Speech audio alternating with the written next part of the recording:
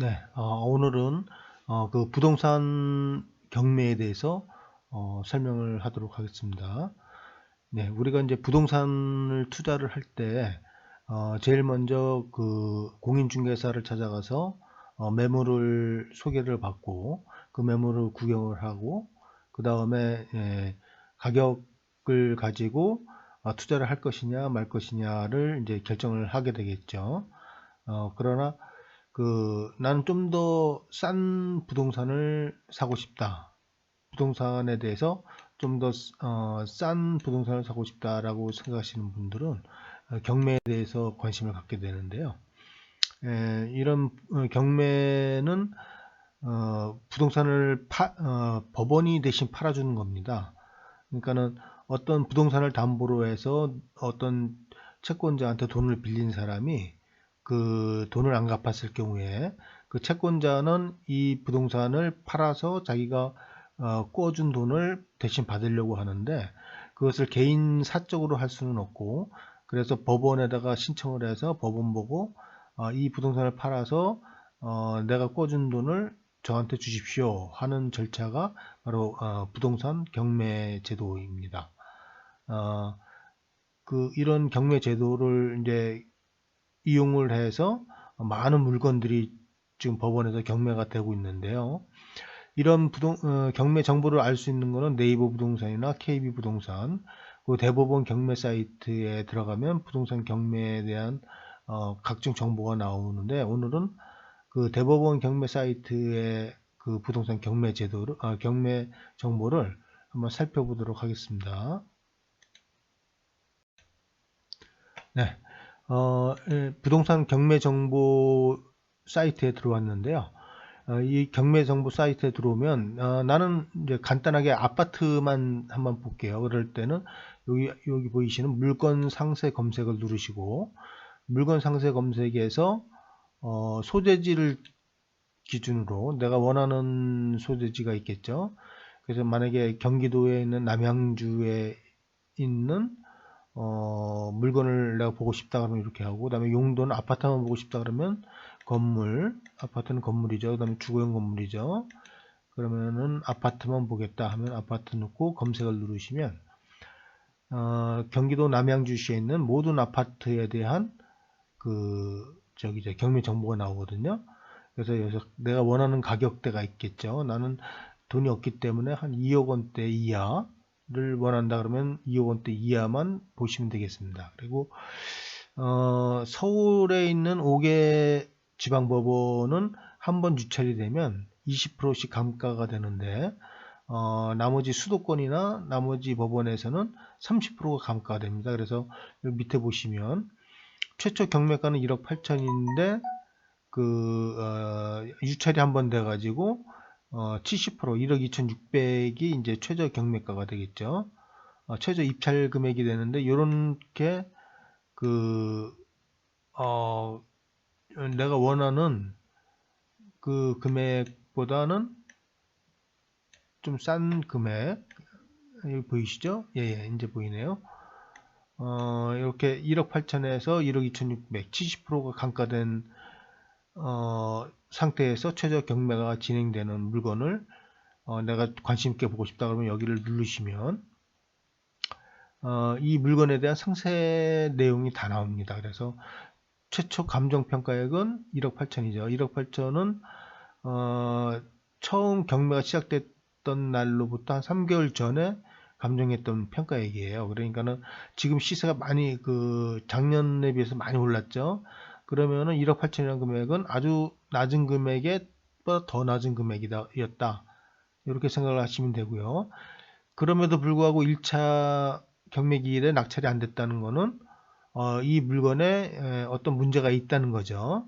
예를 들어서 내가 1억 2,600을 주고 들어간다 하더라도 내 앞에 있는 임대차가 있다거나 임대차가 예를 들어서 뭐 한 1억 5천짜리 임대차가 있다 그러면 1억 5천 더하면은 나는 2억 7천에 사겠는 거죠. 그렇기 때문에 아무도 경매에 안 들어가는 겁니다. 그래서 그렇게 임대차가 있는지 없는지를 알아보려면 현황조사서를 누르시면 거기에 임대차 조사한 게 나오고요. 그 감정평가서는 감정한 날짜, 요 1억 8천이 나온 근거에 대해서 알고 싶으면 감정평가서를 누르시면 나옵니다. 그리고 매각물건 명세서는 이 등기부 등본이라든가 여러 가지 공법상의 그 관련된 내용들이 나오고요. 그리고 쭉 내려가 보시면 여기 처음에 1차 경매일이 11월 23일이었고 그때 유찰이 되었기 때문에 70% 감가한 1억 2,600에 2월 1일 날 경매가 된다 이런 뜻이에요. 요렇게 이제 물건을 찾아서 내가 원하는 물건이 나오는가를 살펴보시고 이 중에서 가장 중요한 내용은 임대차. 아파트 같은 경우에는 그 내가 낙찰을 받아도 내가 부담을 해야 되는 임대차가 있느냐 없느냐가 가장 중요하거든요. 그러니까는 그 최초 저당권보다 더 앞선 임대차가 있느냐 없느냐는 요 현황 조사서에 잘 나와 있습니다. 법원 경매할 때 이 감정평가인이 가서 현황 조사를 하거든요. 이 부분을 다시 한번 설명해. 네, 그 해당 아파트의 그 현황 조사서 현황 조사서를 누르니까 이게 나왔는데요.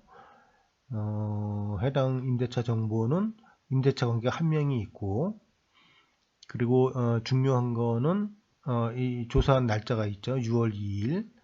그리고 점유는 임차인이 점유하고 있고, 이분이 이제 그 전입한 날짜는 2003년 5월 23일이죠. 이걸 꼭 기억을 해 두셔. 굉장히 중요한 내용이니까 2003년 5월 23일 이 날짜를 꼭 우리가 중요하게 봐야 됩니다. 그리고 확정일자가 있느냐 없느냐. 확정일자가 없어도 만약에 최초 저당권보다 이분이 먼저 전입해 있다면은 이 사람은 대항력이 있는 임대차이기 때문에 낙찰자가 이분의 임대차를 안고 사는 겁니다. 그래서 이 날짜가 상당히 중요하죠. 그러면 네. 그 임대차 관련해서 그 이 법원 경매 정보에 그 최초 등기부 등본이 나와 있나 확인을 해봤더니요. 여기서는 그 이 매각물건 명세서에는 그 임대차 내용만 나와 있고 현황조사서에도 현재 임대차가 어떻게 되고 있나가 나와 있고 감정평가서는 그냥 단순히 최초 감정한 금액의 그 타당성에 대해서만 나와 있고요. 그래서 최초 저당권자의 저당한 날짜를 알려면은 어쩔 수 없이 그 등기부 등본을 띄워봐야 알겠습니다. 그래서 등기부 등본을 띄워보고 최초의 그 저당권 설정 일자가 그 임대차인이 그 전입 신고한 날짜보다 빠르면은 이 임차인은 이 경매 사건으로 인해서 그냥 배당받고 나가셔야 되는 입장이 되는 거고, 그 저당권보다 앞서 있으면은 이 경매로 이 물건을 사는 사람이 그 임차인을 안고 사야 되는 결과가 되겠습니다.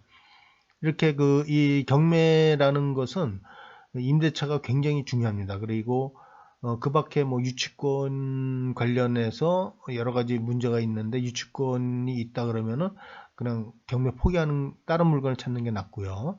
유치권은 상당히 복잡하거든요. 그러니까는 그리고 나머지 다른 큰 문제는 없어요. 아파트 같은 경우에는. 그렇기 때문에 아파트는 우리가 투자할 때 쉽게 접근할 수 있고 또 실수가 적은 물건입니다. 아파트가.